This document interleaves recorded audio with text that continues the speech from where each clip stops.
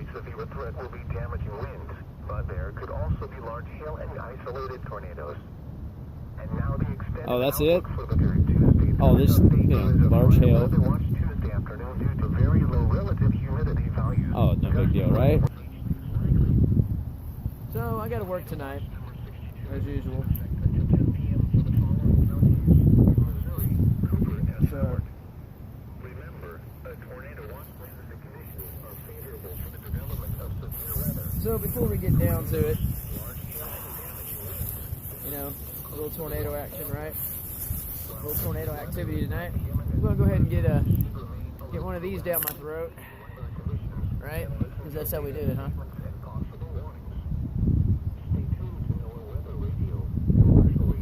Don't worry, I only drink one of these. I only drink one. They're not that strong. Tornado watch number 62 remains in effect until 10 p.m. for the following counties in Missouri, Cooper and Howard. The current time is 6:12 p.m. Central Standard Time. Basically, it's coming up the bowl. I call it the alley. If you look on a map with topography, God, I can never say that right. A topographical map. Basically, we call it the terrain map. There, that sounds better. A terrain map. If you, can y'all see me? Okay. If y'all look on a terrain map of the counties that just said, you look at it from the southwest to the northeast, it's got little dips in it, and there's it looks like a rut. So it always comes up basically the same spot.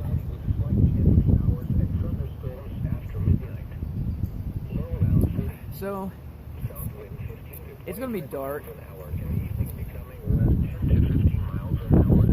It's going to come up Howard and Cooper County. The wind's blowing up to 35 miles an hour right now as it is.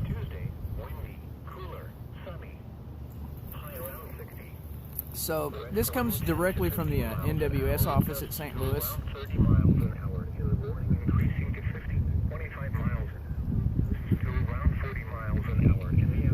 Right. So the wind's going to be blowing from 40 miles an hour up to 40 miles an hour for the next 2 days. Wednesday, sunny, high in the mid-60s. Okay? And so I'm in central Missouri, and I'm participating in the SkyWarn spotter program, which is the National Weather Service. I also do other things, first response, search and rescue, ministry, a bunch of other junk. And yes, I'm volunteer, so that means I don't get anything really.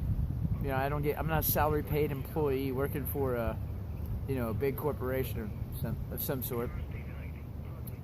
But here's what I recommend. A lot of you folks out there, including myself, we use apps, okay, for our smartphone, whatever. This is a weather radio from Motorola. We got this for Missouri Lottery Points for Prizes program, if you remember right. I got 2 of these. So I can work a team.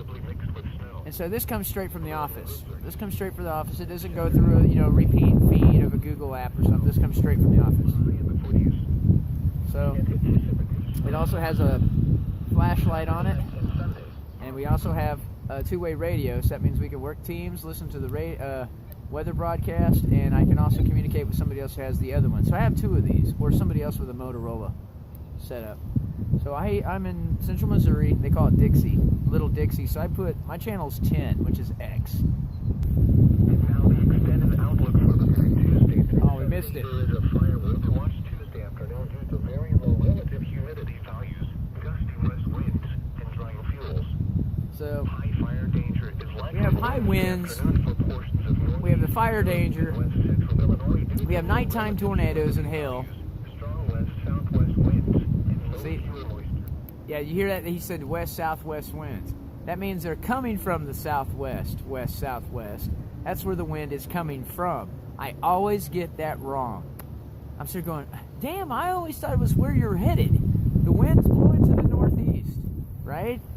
Not where it's coming from, but where it's going, right? Where's the tornado coming from? I don't give a shit. Where's it going? That's where I care, right? That's where we care where the tornado's going, not where it's coming from. I know, actually it would kind of be nice to know which, both. Where's it coming from and where's it going? Right? Isn't that what we're trying to do? So I always do the thing is, where's it going? northeast, and it always comes from the southwest. There, we already know it's coming from the southwest because they every year, all the dozens and dozens of seminars I go to, every season they say the same thing. It's coming from the southwest. It's going to the northeast. Okay.